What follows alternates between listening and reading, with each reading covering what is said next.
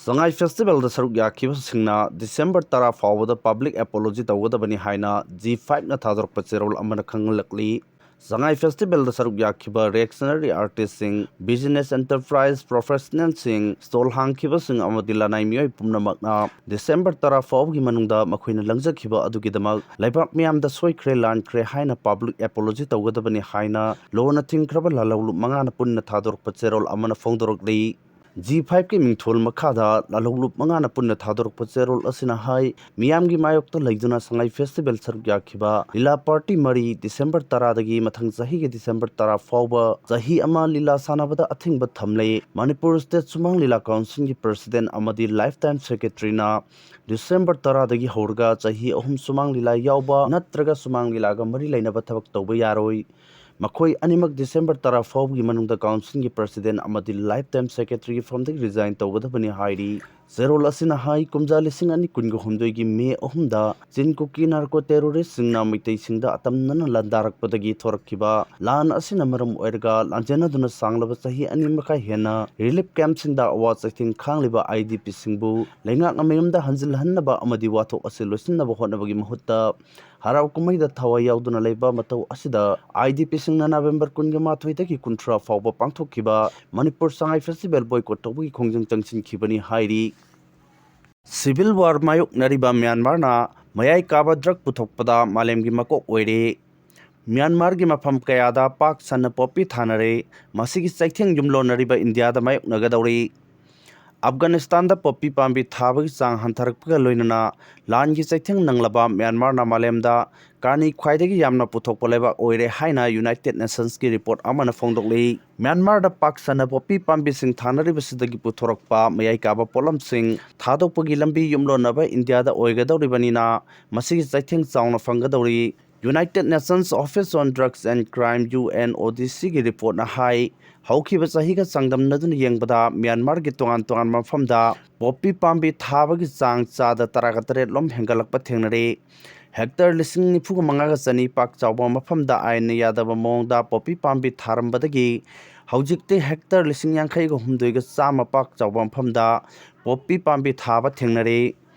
Afghanistan da poppy pambi thabagi chang hanthakhraba matungda haujikti Myanmar na malemda kani khwaidagi yamna puthokpa leibak oire haina UNODC gi report asina fongdokli UNODC gi Southeast Asia and Pacific Commute oiriba Delphin scans na fongdokhibagi matung ina military junta amasung pro democracy group singi marakta thokliba lan asigi khudong saba lauraga Myanmar da Pakistan poppy pambi thabagi thorang lokhalakpani kumja lising ani kunga mariga changdamnaduna yengbada Sahi asigi oina Myanmar ki mafam ayambada Pakistan poppy pambi thabagi thong chatharakle leibak asida tangdu leitaba phibam leitabana maram oiraga poppy pambi thaba amasung kani puthokpagi thabak thoram sing khumang chawthilakpani haina UNODC ki report asina makhatana fongdokli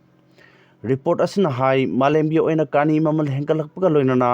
kumja lising ani taraga mapanda hekpada ngairiba opium kg amagi maman dollar samagani phumnga piramba adu haujukti dollar sahumga kunga mapan yaure drug cartel singna opium dagi sungdoklaba heroin powder malemgi kaithian da yonbada sendong chauna fangli Afghanistan da heroin amasung brown sugar puthokpagi chang hantakraba matungda Myanmar na mayai kaba chinjak makhal asi malemgi kaithian da yohanbagi thaudang lauduna lakli supply tawbadagi demand hengalakpa maramna Myanmar ge tongan mafam singda heroin sungpham kaya hangdorokpa thengnare haina pawasina makhatari hengbungda kuki NP Manipur ge General Assembly faman khibagi mai honre MLA Haokholet na kuki saugatle Thadou gi certificate kudakta surrender taw hairi Saitu Assembly constituency gi MLA Haokholet kipgena kuki NP Manipur gi General Assembly pangthuk anduna kuki gi agenda da chagut khibagi thawung adu Thadou phurupta namthak tawbaga loinana thajaba manghan bani haina Thadou NP Manipur na Thadorok pacherol amana phongdorokli zerol asna hai apunbagi saktam da chauna singna reduna masagi khungang hengbungda MLA Haokholet kipgena December amadagi manga fawba kuki NP Manipur gi General Assembly pangthuknabagi ayaba pikhiba adu Thadou phurup amadi Manipur Kundariba yellow phurup khudimakki mayokta leiba thorangni hengbungi village chiefsu oiriba masamaksu Thadou phurup ki manung chaliba Haokholet kipgena kuki gi thausalda saugatnaba firep logribasi laibak thibani Thadou singdi Manipur gi yellow phurup ni mapandagi changlakpa mitop chinna senjin sajinba kuki phurup ki manung chande MLA masamangna nakal amaromda Thadou furupki miyoini haijabaga loinana atoppa nakal amar kuki furupki miyoini hairibasi masagi khudongchaba launaba hotnabani hairi Zerol asina hai kumja lising ani kunga marida Guwahati da pangthokhiba Thadou convention lising ani kunga marida MLA Haokholet ki bensarup yakhide mifam aduda Thadou hairiba furup asi kuki natte haina warep laukhibani MLA asina Thadou Community International TCI amadi Thadou Students Association TSA gi luchingba pressure piraga Thadou haiba top saktam asi Thadou anaba tharang lokhatkhi athingba kiyagi marakta Thadou convention pangthokhraba matungda KNF na mifam adubu sili langliba organizing committee gi members singda khangan bagi thawong kayamram chatharki mamangda thokhiba thodok amagi matangda cherol asina hai kumja lisingani kunga humdoida kangpukpida pangthokhiba Hun Thadou Culture and Festival da MLA Haokholet masamak Thadou oina pokpani amasung Thadou oina sigani haina lauthokpa leikhi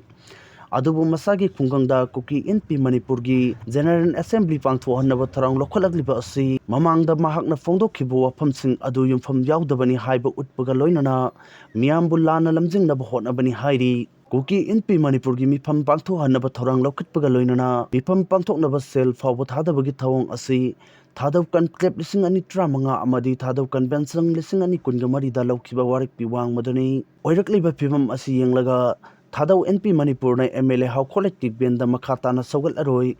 mahakna paikhatliba thabak thoramsing Thadou furupka karigumba hiram amatada mari leinararoi MLA Haokholet na masamak Thadou furupki miyoira natraga kukira haibadu miyamda mayek sengna lauthokadabani mahakna karigumba kuki ni haiba tarabadi any kuki tribe category manung chanba maramna Thadou tribe certificate ladu surrender tawgadabani haina sucherol asina makha tari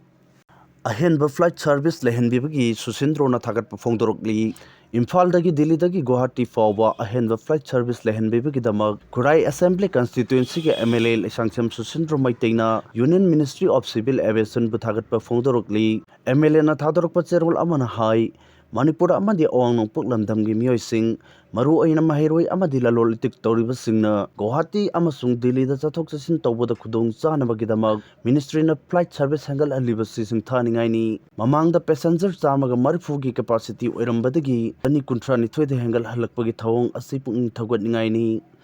lamdam asigi miyamna chathok chasin tawbada amukka hena khudong chanabagi flight ki atongmang hantahanba mathau tai maru aina Imphal dagi Guwahati fawbagi atongmal lupa lising taret yohanbiganu lairabana namna khundaba mafam asigi miyoisingna chathok chasin tawbada khudong chanaba atongmal hantahanbaga loinana regional connectivities ke mai pahnaba thorang lokhat piu hairi Donald Trump na AMERICAda India HAIBA WAHEISI naba athingba thamkhre United States da India HAIBA wahi asi makhatana siznaba yararoi haina US President Donald Trump na athingba thamkhre hiram asigi matangda Trump na haikhi madudi mahakna athingba thamlibasi India dagi lakpa Indian singi mathakta natte mamangai dagi leiraklaba Native American singi mafamdani India HAIBA wahi asigi matangda kumja lising amaga chamri mawphutrakani thoidagi hongna chamamnaba ama leirakrabani zahi aduda Christopher Columbus na nongchup maikairomda ising lambida khongsanduna India yongnabagi anobo lambi thiki soibadagi mahakna thengnakhiba miyoisingbu India na haina mingthonki Columbus na anobo continent ama thengnare haiba mayek sengna khangba ngamkhrabasu Native American kangbu kharabu makha tana Indian haina aduma khangnaduna lakhi